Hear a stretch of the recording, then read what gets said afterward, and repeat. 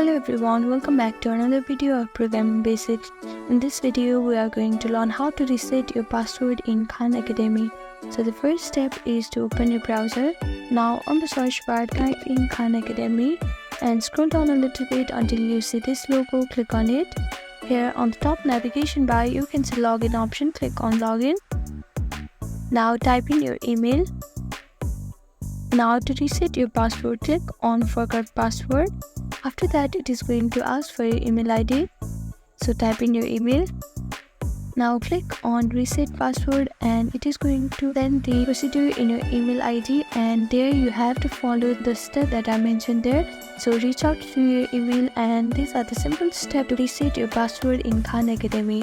Thank you for watching this video. I hope this video was helpful to you. Please do like, share and subscribe to our channel. And don't forget to comment down below if you have any queries.